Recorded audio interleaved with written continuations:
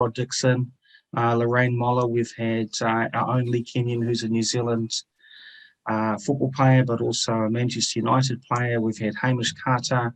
We've got Kane Williamson coming up. And the whole idea is that our children are learning about our great history in sport and later in the year in other areas.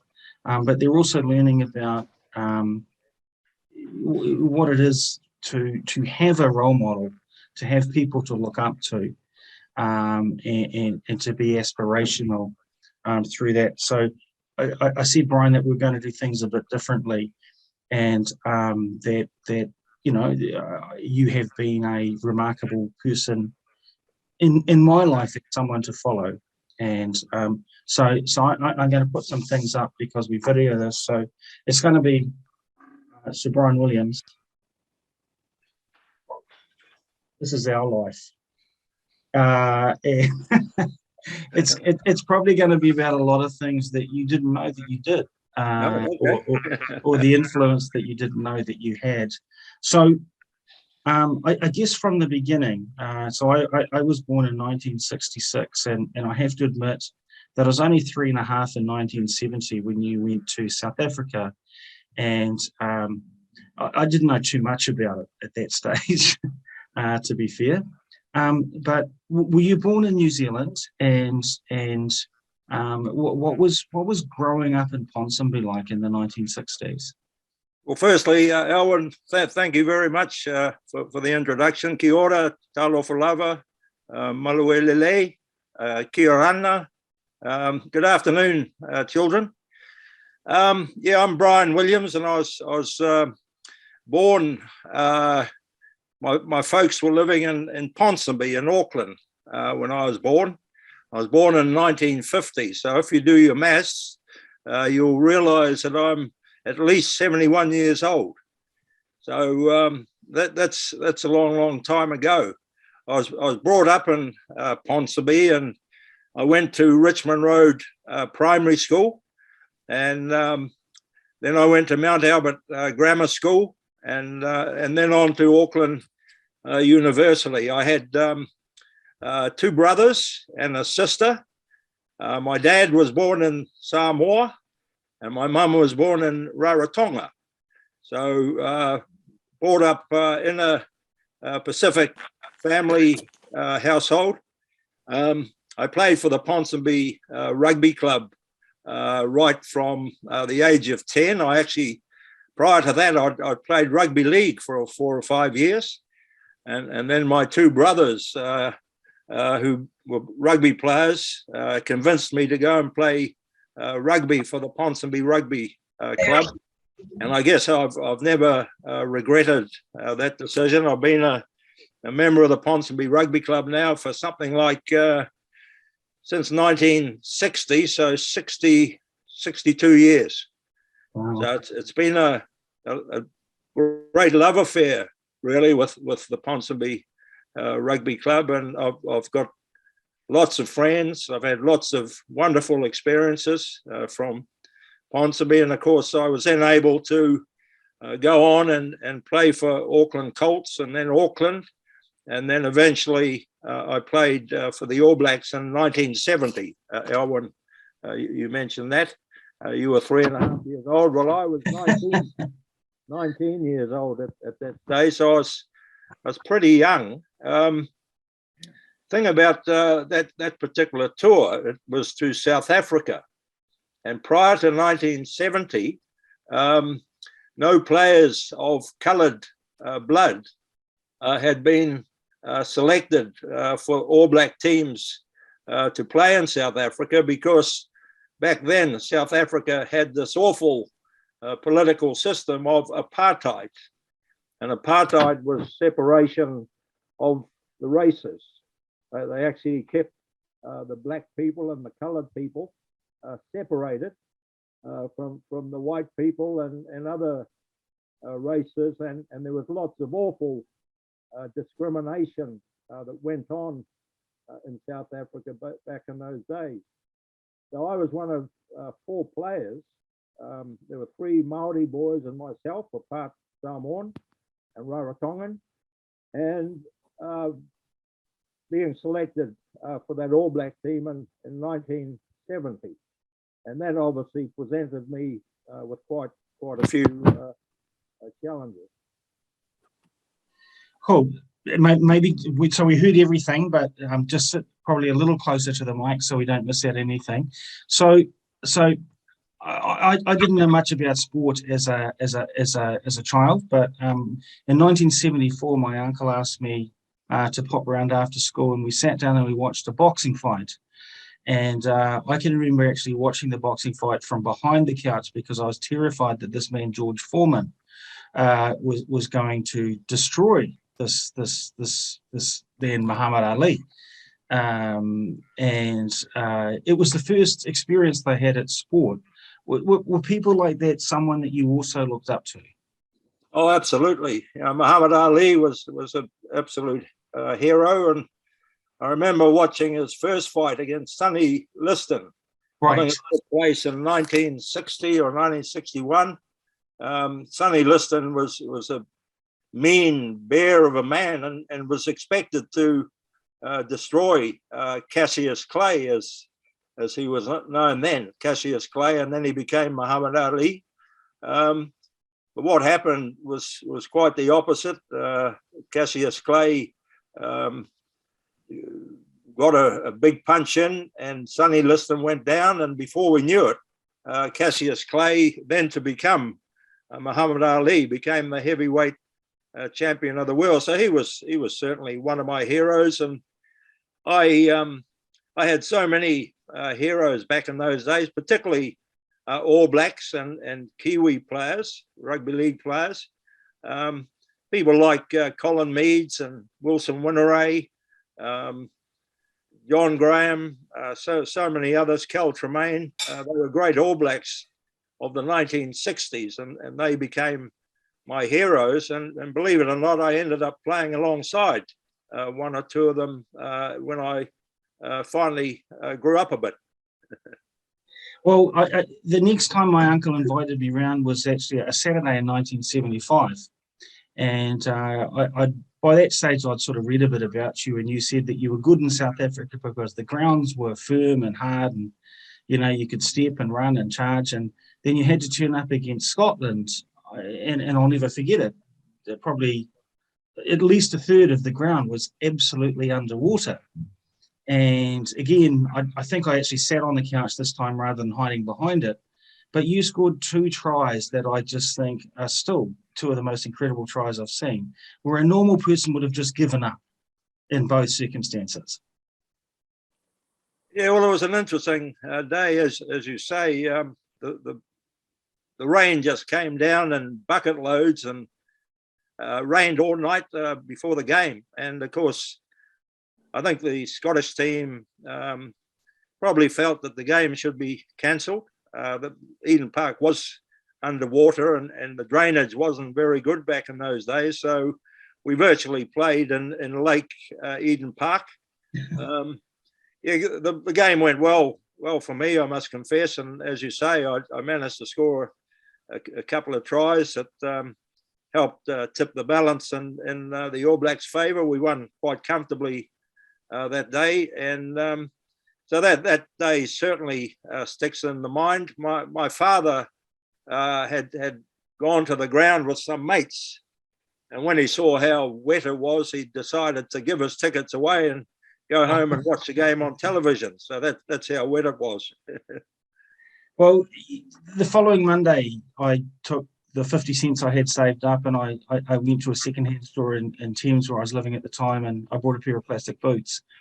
And I have to admit, for the next few years in the backyard, I was Brian Williams during the winter. I was Oni Perrin and Brian Feely in the summer, and I was Rod Dixon and John Walker when I was out running. But and then I obviously fell in love with the game, and probably the next contact I had was a night in 1976 where I smuggled a radio into my room, and I sat there listening to the All Blacks in South Africa playing a team called Western Province. And at about, I guess, 3:30 in the morning, I ran screaming into my parents' room, crying significantly. And they thought the house was on fire. And they said, "What's the problem?" And I said, "The All Blacks lost to Western Province." And you were right there. You made the almost game-saving tackle. Well, I obviously must have not quite made it.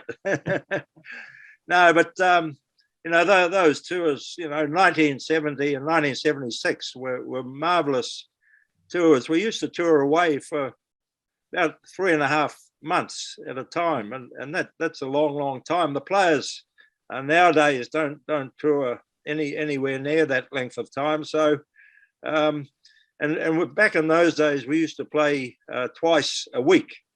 You'd play midweek, and then you'd play on the weekend. And if there are injuries, you might have to play, several games in a row. So that was pretty taxing back in those days. And of course, back then, you also would move from one venue to the next venue for the next game. So there was lots of packing up and traveling and then unpacking and getting ready for the next game, and then repeating the same thing after each game. So 3.5 months of traveling, 24, 30 games, whatever it might be. Wow. And but as you can imagine, for a young All Black, being able to go to a foreign country and play the game that he loves and go sightseeing, see all the beautiful sights of the new countries that you're visiting, was a wonderful experience. I have to confess that my father lost the series for you, so he stayed awake during the first test, and I noticed every time he dozed that you guys did well in South Africa, went back. He fell asleep during the second test, and Joe Morgan scored under the post, but I could not get him to go to sleep during the third and fourth tests, and but I can still tell you, I could if you tested me, I could still tell you the 30 All Blacks who started to tour. I could probably tell you the name of the All Blacks in Argentina at the same time. Yeah. And yeah, just a remarkable time. In 1977, you guys beat the British Lions, but then you went to France and you had a tragic moment. Yes, we beat the Lions, as you say, so that was a nice prelude to go to on a Tour de France. But in the first Test match against France, I'd done all right up till then. I'd managed to score a try and kick a goal, and we were leading. I think we were leading just prior to my injury, and then I think we might have just fell behind on the scoreboard. And I made an effort to score a try, but I was hand tripped from behind. Someone dived, and I started stumbling head over heels. And instead of just falling head first with my legs behind me, I tried to get my left leg out to carry on running. And unfortunately, I then felt this excruciating pain in my left hip, and unfortunately, although I didn't know it at the time, I dislocated my hip. So that obviously was a pretty serious injury, particularly for a winger like I was, where you're meant to be able to run fast and be agile, all that sort of thing. I went to the hospital, and fortunately, there was a orthopedic surgeon on duty, and he was able to put my hip back into place. But gradually, over time, the hip got sorer and sorer, and I've since had to have surgery on my hip several times. So it Wow. Certainly had a big impact on my life. But you were back in 1978. So a very good friend of mine is a man called Joe Smith. And I questioned Joe a couple of weeks ago. I said I was talking to you, and and how was the impact of the Munster game in 1978. And I think Joe felt really happy because he said as he went round, so he coached, so for the audience, Joe coached Ireland and very, very successful. And he said that as he went round places in Ireland, it gave them something to talk about, that Munster had beaten the All Blacks 12-0, and Stu Wilson had said that the All Blacks were lucky to score 0. But ultimately, that was an amazing tour. Yeah, well, you're absolutely right. That was the first time that an Irish team had ever beaten the All Blacks. And I must confess that I didn't play very well that day, but none of my teammates played well. We were just out-passioned. The Irish team, they just came out breathing fire, and they weren't going to take a backward step. And as Stu Wilson said, we were lucky to score 0 on the day. But unfortunately, that game cost me my place in the test team. It's the first time I'd been dropped from the All Black test team for about 8 or 9 seasons. So that was a bit disappointing at the time, but well deserved, because I certainly hadn't played well. But fortunately, we played against Ireland the following Saturday, and I was on the bench, and unfortunately the guy who'd taken my place, he received an injury, and I actually got on the field just in time for us to score the winning try. And that, of course, kept our chances of what they call a Grand Slam open to us. A Grand Slam is where you actually defeat all the 4 home nations of England, Ireland, Scotland and Wales. Yeah. Now again, sort of by that stage, I'd moved to Wanganui, and I was really fortunate. I had in front of me in Wanganui 2 amazing role models in terms of my sport, as well as some very good teachers. And one was Bill Osborne, who I still think is a New Zealand treasure and an absolutely remarkable player that's probably never had his due. And the other was Andrew Donald, the All Black halfback, who, I just spent my time watching and trying to emulate. I'm in the wrong one. And trying to emulate. So in terms of our young people, I found people like yourself, like Andrew, like Bill Osborne, people who were good people as well as remarkable athletes.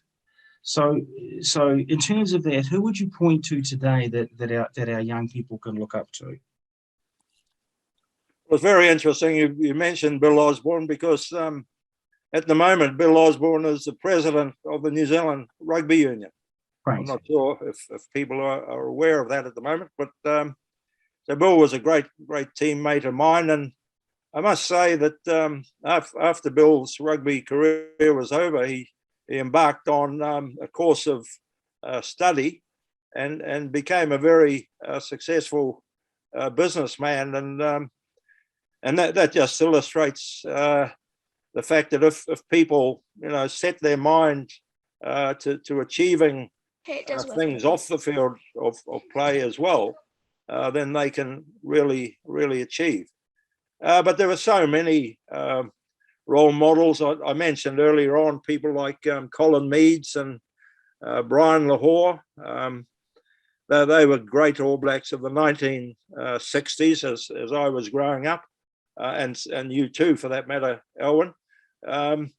Malcolm Dick was another one. He was my club mate at Ponsonby, and he was an All Black winger, the same position as I played throughout the 1960s. So he was certainly a hero of mine. And I watched the Ranfurly Shield era, the Auckland team of the early 1960s, a team that was coached by Fred Allen, famous All Black and All Black coach.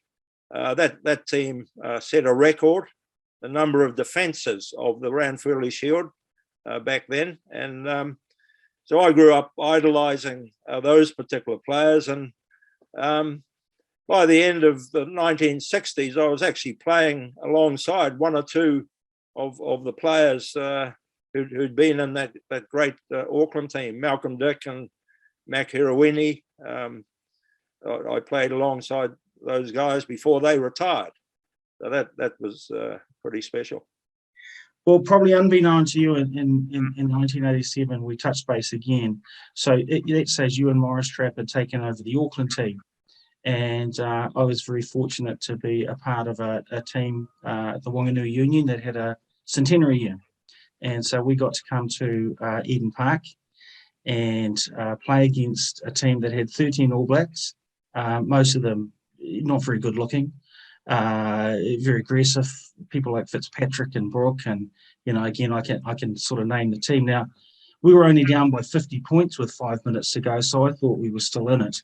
But but they finished it off. And I guess the thing that I reflected on is as a young player, I think I was only, again, 19 or 20, I wanted to go out and make as many tackles as I possibly could because I knew we wouldn't have the ball very often. But the fitness, the fun, the sheer skill set that those people played with under Ewan Morris, and I know that they've developed through other coaches, meant that I think I can only remember 3 tackles on the day, and one was late. The other was tackling John Kerwin in front of the post, and I actually stopped him, but I had blood all over the place, and all my captain said to me was, "You went a little high, mate." I didn't get a lot of praise. But I still remember after the game, we were actually in the after-match function, and my friend who had played some of the time at First Five, and I'd roomed with the night before, and he just kept saying to me, "Owen, we're all going to die," which I didn't think was a good thing. But him going and getting your autograph, and I just watched the grace with which you received him, and I was hiding behind a pole at the time because I couldn't bring myself to do it. But you transitioned into being a coach, and you and Morris Trapp are still the most successful Auckland coaches of all time. Yeah, well, I guess that came about, Elwyn, because of a great love of the game. When I finished playing, well, actually before I finished playing, our club team at Ponsonby had a number of coaches, and Ponsonby had been a team who'd promised so much and not been able to deliver a championship for something like 22 years. So I was only 24 years old, and I put my hand up to do the coaching because Wow. no one else put their hand up, really. A number of people had tried and been found wanting. So it happened to coincide with my great friend Lynn Colling moving from Otago to Auckland. So he came and helped me coach Ponsonby. And although we didn't win it in that first year, we finished a very close second.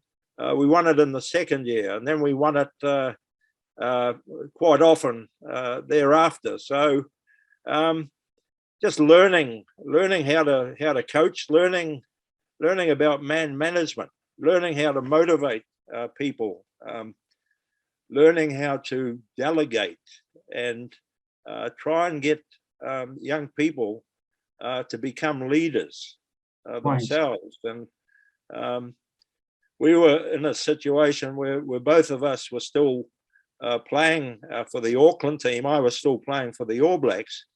So although I was the coach of the club team, I was required to be away from the team from time to time.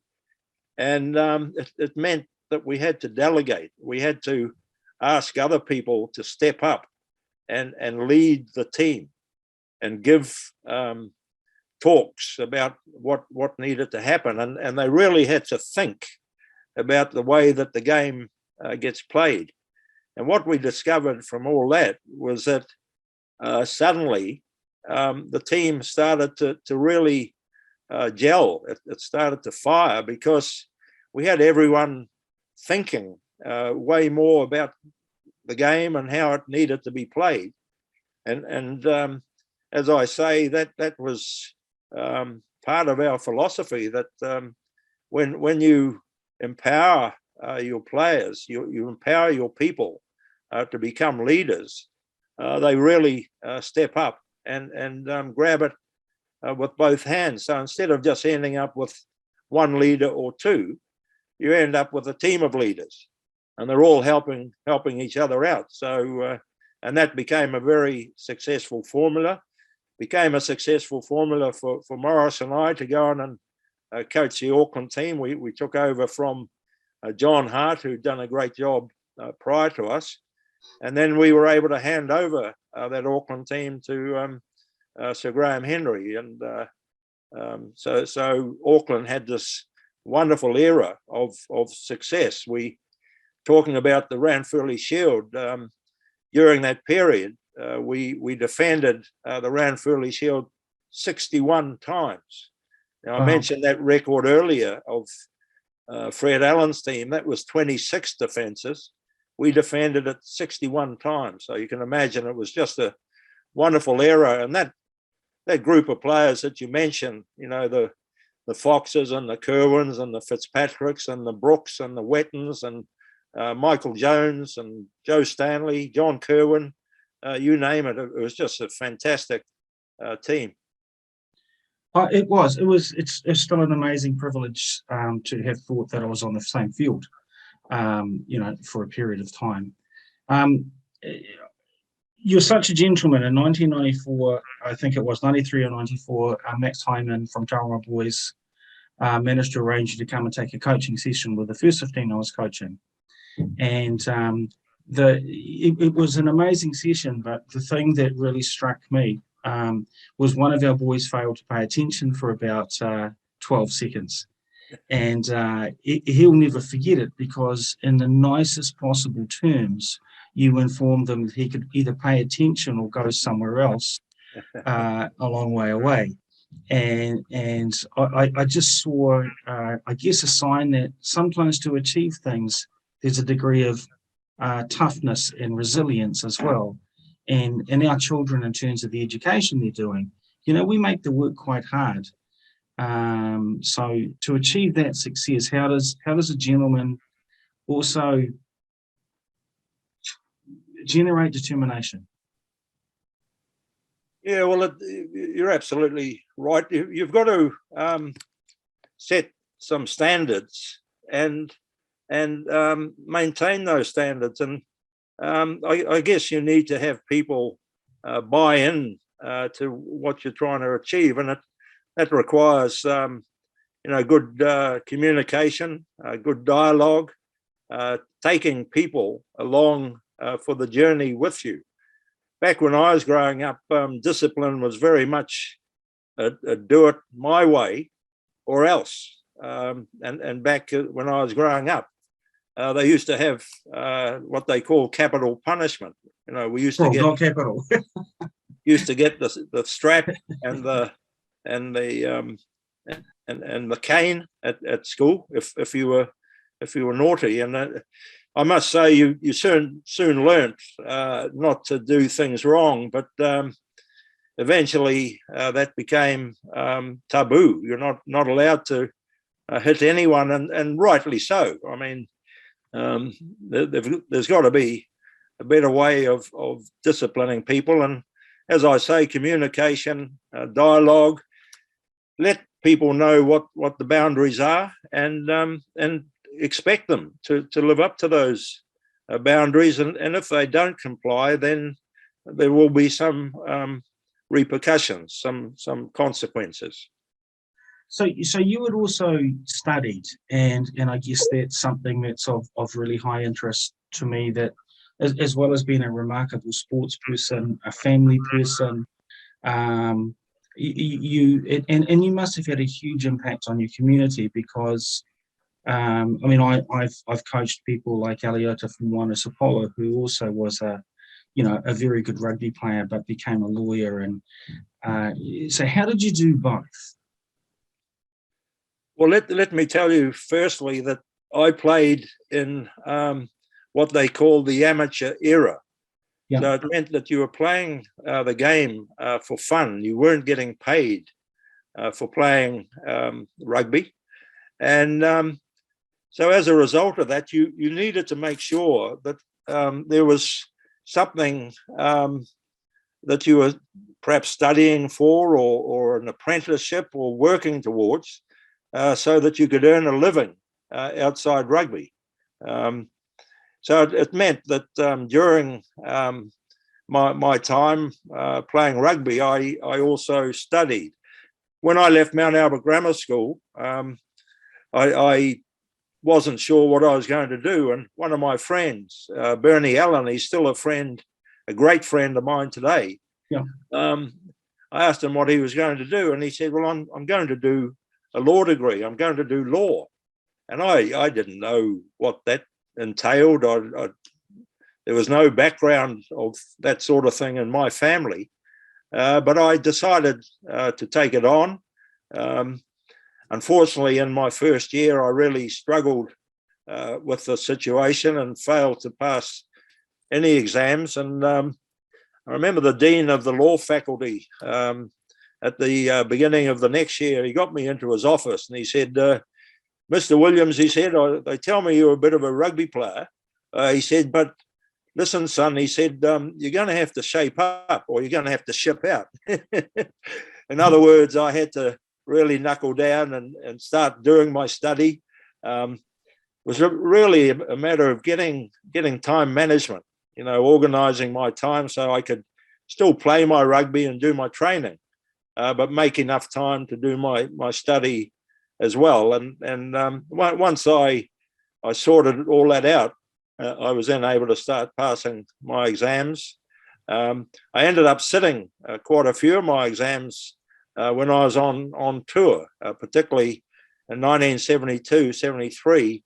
I sat 4 exams over in the UK, 2 of them at London University, one at Swansea University, and one at Cambridge University. So I take great joy telling all my friends that I studied at Cambridge University, and people are quite impressed by that. Excellent. In 2001 to 2003, I was fortunate to be coaching the university premier team with Gary Braid in Auckland. And Ponsonby was a massive force on our side. But finally in 2003, I think Ponsonby hadn't been beaten at Western Springs for a couple of years. Our players had the game of their lives and won by a significant margin. And I remember sitting in the change room afterwards thinking, I wonder how Super Ryan's going to deal with this one, or Brian's going to deal with this one. And again, true to your character, we walked into the club rooms, and there you were smiling, shaking people's hands, buying lemonades, and I was really impressed with the grace. For our children, I guess one of the things that has ebbed a little bit in New Zealand is joining clubs, being involved in clubs. What do you see that as well, first of all, congratulations on all that you've done for Ponsonby. We still didn't win the Gallagher that year. We lost to Waitemata in a terrible coached final that we did. But Ponsonby has been amazing. Why are clubs important? Well, the club is your community. It's the people that you've been brought up with, and I just on that point that you make about in the changing room or the club rooms afterwards. I always had a philosophy. Once you've lost the game, there's nothing you can do about it, and getting bad-tempered and not communicating is entirely the wrong thing to do. And I used to have a philosophy which I also passed on to my players and my fellow team members, is if you don't win the game, win the after-match function. And by that I mean show good grace, show that you're a good loser, and under your breath and in your mind, you are determined next time that you're not going to let that happen again. You're going to feel the pain of defeat, but you don't want to show it. And and I think just being humble and graceful in defeat is something that I've always tried to do. I know you were brilliant. I was impressed. Yeah. 2011. So you then became head of the New Zealand Rugby Union, and there's probably two dates we haven't touched on. One is I want to go back. What's that? A few years before that, to the 1981 tour. You weren't playing for the All Blacks at that time, I understand. But how? So again, for our people, South Africa came to New Zealand. It's probably the most divided time in New Zealand's history. I still think. How did that impact on you?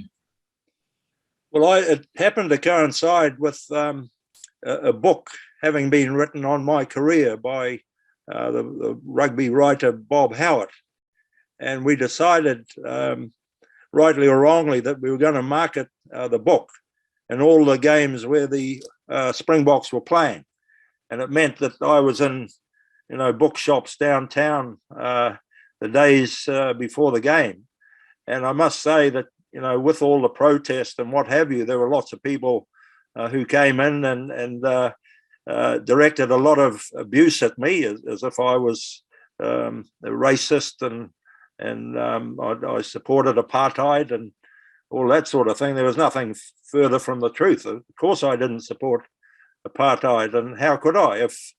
If I'd lived in South Africa and been coloured, I would have been totally discriminated against. But I was of the view that, having gone to South Africa and particularly, I mentioned earlier about four of us being of coloured blood, that put a chink in the armour of apartheid. And 1981 wasn't a nice tour. It was bitter.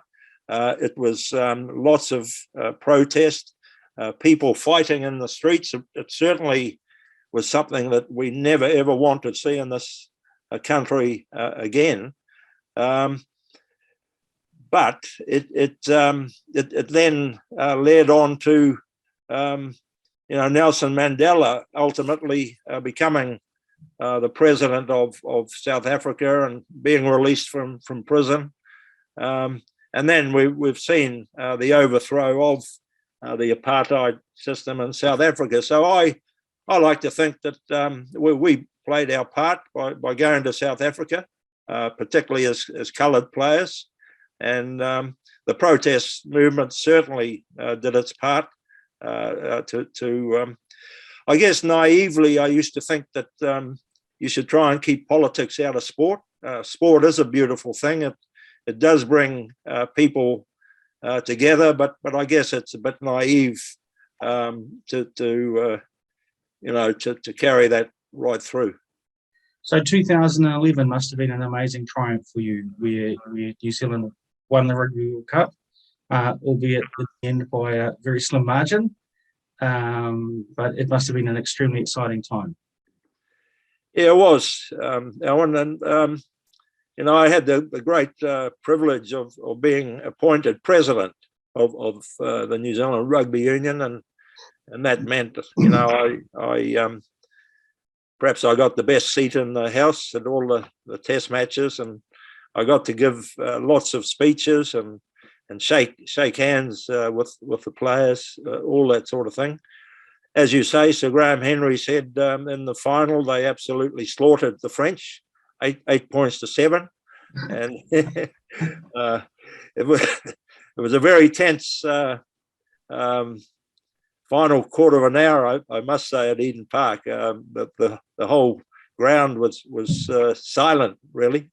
All the Kiwis were on tenterhooks, and the French were making a big bid to win the World Cup, and they came so very, very close to doing that. But in the end, the All Blacks came through, and Richie McCaw had a broken foot. He was a captain and led heroically from the front, and our All Black boys managed to come through. Well, I'd been there in 1994 watching the try from the ends of the earth. So I have to say, until the final whistle went, it was extremely tense. In 2018, you became Super Ryan Williams, and again, reading what you said at the time and how it was almost, fantastic in terms of fantasy. It was just something so remarkable. What has that level of acknowledgement meant to you? And I'm also really conscious of the impact through friends that you've had in Samoa. Well, I must confess, when I first got the letter telling me about it, I showed my wife the letter, and I shook my head, and I said to her, I don't deserve that.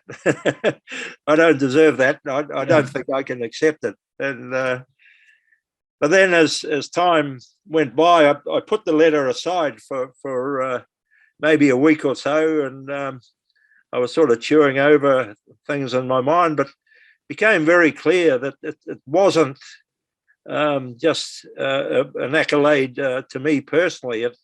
It was an accolade to so many of the people who'd helped me along the way, my family and my mum and dad and my siblings, my darling wife, Leslie, and our children. And at that stage, we had a fair bunch of grandchildren as well. So in the end, I decided there was no question about it. I accepted it, and I guess, in retrospect, I'm glad I did. It's been a lovely accolade, and I'm very proud about it. When I spoke to Hamish Carter a couple of weeks ago, I said, look, Hamish, what is it about all of your experiences that helped you be a better dad? And I've sort of known of Hamish for a long time, and one of my children was a reasonably high level triathlete, and I couldn't believe that Hamish's kids were 21 and 19. Now clearly, clearly your boys played against my university teams and things like that. But again, it's like, if I can ask you as a dad, what did your kind of experiences bring to you that you put into your parenting?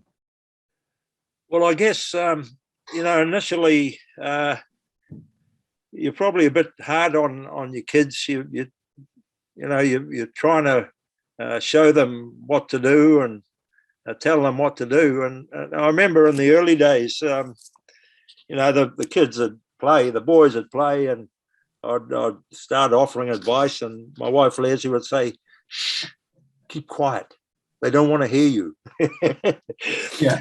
And I must confess, after a period of time, particularly as the boys got older and started doing better and better, I actually learned that the best thing is to keep my mouth shut and not offer advice. And what I found by doing that was that our relationship improved greatly. They became my mates rather than father and son, the master pupil relation. And I must confess that that has served me well. I get on pretty well with all my kids now and all the grandchildren, and I try not to give unwanted advice. Nice. And so for people growing up today, and one of the things that really strikes me is, we've got some kids sitting in front of us today who are going to be living next century. And so many things get thrown at children, and so many worries, etc.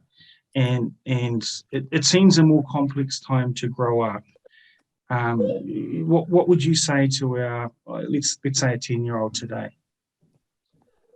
Well, I guess I'm very thankful for the era that I grew up in. We didn't have the social media scenario that all the kids grow up with today.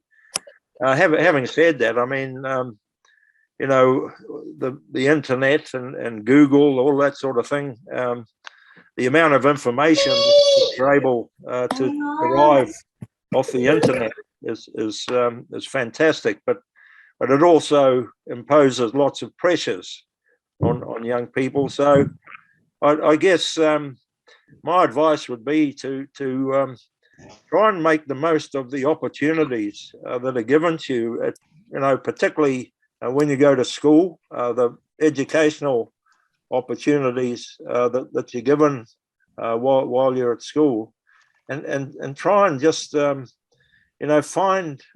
play sport, do music, do drama, do all the things that you really have found that you enjoy. And I always found that if my children were kept busy, with not only school but with sport and arts and culture and music, then they didn't get into trouble. And I think that has served them all pretty well, and they've all gone on to pretty meaningful lives. So that'd be my advice, really. Excellent. So Mr. Davies has just said all he can remember from 1976 was Peter Whiting's tackle in the corner, which was pretty remarkable. I mean, I used to read the Sunday papers avidly to find out what was happening at Ponsonby. Kingston, are you there?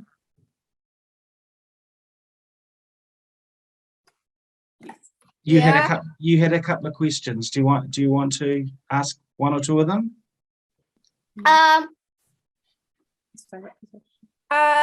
What was your favorite position? Well, Kingston, I played on the wing, believe it or not.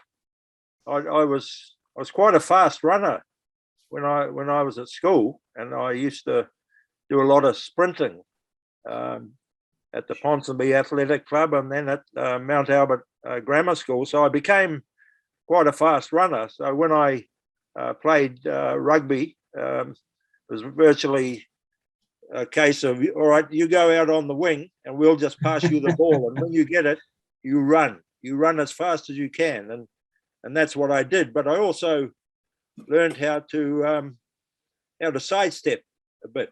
You know how to sidestep? Do you play rugby? Yeah. Do you know how to sidestep? Yeah. Yeah. I know. I play for the Rangers. Oh, do you? Oh, good. Excellent. So you're looking forward to the coming season? I know how to sidestep. Yeah. Yeah, good one. So Kingston, having met Sir Bryan, and I also played against a man called John Hainsworth, and one of the problems with both of them is that there's a rule in rugby that you're supposed to wrap your arms around someone when you try and tackle them. Both Bryan Williams and John Hainsworth had thighs that my arms would simply not have ever got around. So that made it doubly hard as well. Pretty strong people. Amadeus is going to finish for us. Has anyone else got a question they'd like to ask? Go on, Ted.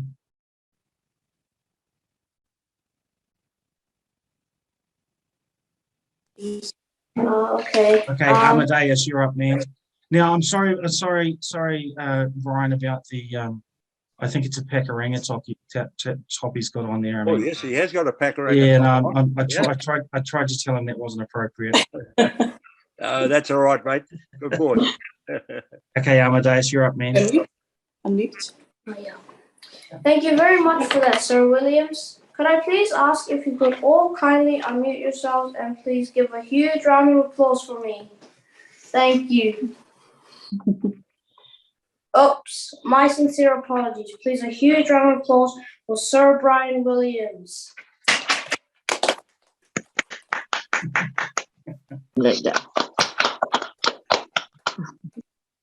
Can anyone please tell me which year is the best year in French rugby? Sorry, could you repeat that? Can anyone please tell me which year is the best year in French rugby? In French rugby? Oh, gosh. Yeah. Tell us, Amadeus. They've come very close on, I think it's 3 occasions I've been in the final of Rugby World Cup, and unfortunately they haven't managed to win one. But you know, when you make the final of Rugby World Cup, you know, the French are wonderful players, and one day, at the moment, the French team is very, very good, and they're having the Rugby World Cup in France in 2023 next year. So I think that French team is going to be a hard team to beat. It was next year. Yeah, next year, you reckon? Yeah, next year. On a much more serious and necessary note, Sir Williams, we are honored and blessed with the opportunity to say how much we appreciate your time to grace Mount Hobson Academy with your presence, and for that, we are grateful to share the space. My pleasure. My pleasure. We are being looked after very well here at Mount Hobson Academy with education, and with that, I would very much look forward to the opportunity to co-manage the Manu Samoa rugby team. With no recommendations, of course, Sir Williams. Oh. New Zealand is a great country that produced some of the finest rugby players on this planet, like yourself, Sir Williams. Thank you for your services to rugby and the nation, from an All Black player to record scoring and also coaching. Your honors are well deserved. From Mount Hobson Academy, we wish you well and good health, and may your legacy live on. My name is Amadeus Fiumahala.